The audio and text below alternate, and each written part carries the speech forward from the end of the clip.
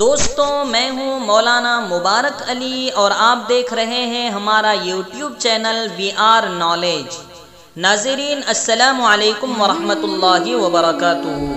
آج ہم آپ کو خلافت عثمانیہ کے بانی مبانی عثمان اول کے سلسلے میں کچھ اہم معلومات فراہم کرنے والے ہیں۔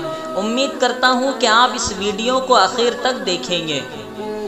ناظرین، 1258 عیسوی کو ہلاکو خان کی قیادت میں منگولوں نے عباسی حکومت کے دارالحکومت بغداد پر حملہ کر دیا۔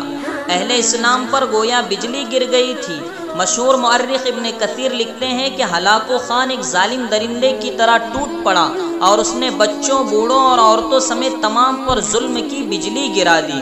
اس حملے کے بعد کچھ لوگ جنگل بیاباں کی طرف چل پڑے اور کئی لوگوں نے دکانوں میں اپنے آپ کو بند کر دیا، مگر تاتاریوں نے دروازوں کو توڑا اور اہل اسلام کی پشتوں کے پشتے لگا دی۔ وحشیوں کی درندگی یوں تھی کہ گلیوں کوچوں میں خون کی ندیاں بہا دی گئی، سوائے یہودی عیسائیوں کے اور ان کے جنہوں نے ان کی پناہ لی تھی۔ ان مشکل حالات میں جبکہ امت مسلمہ من حیث المجموع ٹوٹ چکی تھی، ان اندھیری تاریکیوں میں کائی قبیلے کے سردار ارطغرل غازی رحمۃ اللہ علیہ کے یہاں ایک بچے کی پیدائش ہوئی اور والدین نے اس کا نام عثمان رکھا۔ عثمان اسی سال پیدا ہوا جس سال بغداد میں عباسی خلافت ٹوٹ چکی تھی۔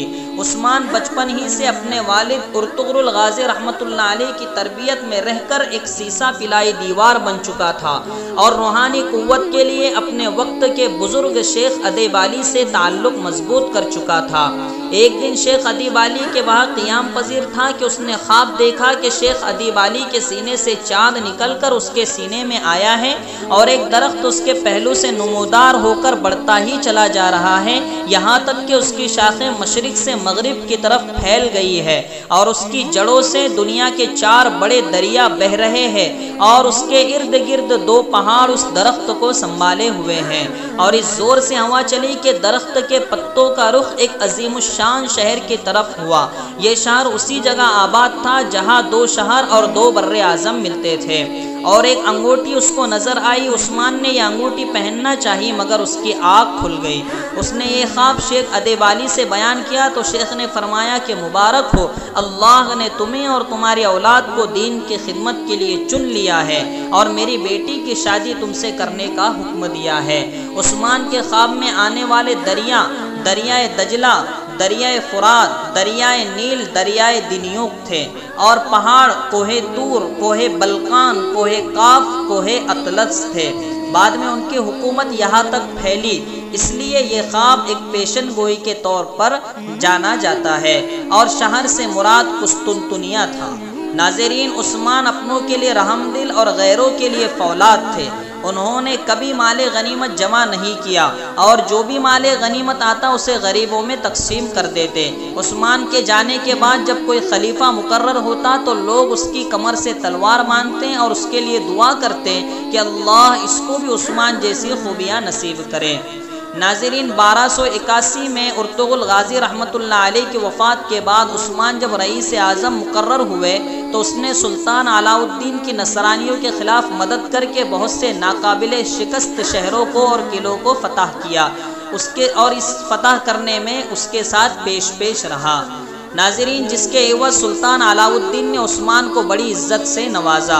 عثمان نے 1299 میں سلجوکیوں سے خود مختاری کا اعلان کر کے عثمانی سلطنت کی بنیاد ڈالی۔ عثمان غازی کی نوزائیدہ سرحد قسطنطنیہ کی بازنطینی سلطنت سے ملی ہوئی تھی جو عثمان غازی رحمۃ اللہ علیہ کی سلطنت سے بڑی تھی۔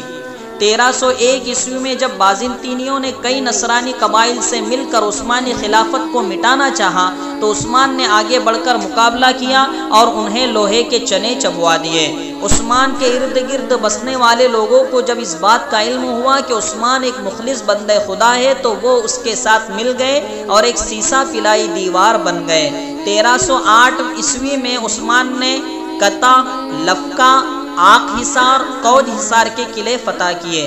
1313 عیسوی میں کبوا، یکیجا، تراکلوا اور تقرر بیکاری کے قلعے فتح کیے، اور ان فتوحات کے درمیان کئی نصرانیوں نے آپ کے اخلاق سے متاثر ہو کر ایمان کو قبول کیا۔ وی آر نالج کے دوستو، جب عثمان آخری حالت میں تھے تو اپنے بیٹے اور اور خان کو وصیت کی کہ ہمیشہ اسلام کے خادم رہنا، میری نسل سے جو بھی حق، عدل اور انصاف سے روگردانی کرے گا روزہ حشر رسول اللہ کی شفاعت سے محروم رہے گا۔ عثمان کے فوت ہونے کے بعد ان کی نسلوں نے اس وصیت کی پاسداری کی۔ یہ عظیم سپہ سالار دار فانی سے دار بقا کو روانہ ہوا تو اس وقت دولت عثمانیہ کا رقبہ 16,000 مربع کلومیٹر تھا۔ آپ کا مقبرہ بورسیا میں ہے۔ اللہ سے دعا ہے کہ اللہ ہم کو بھی ایسے بیٹے نصیب کرے اور انہی کی طرح جاباز اور سرفروش بنائے۔ السلام علیکم ورحمۃ اللہ وبرکاتہ۔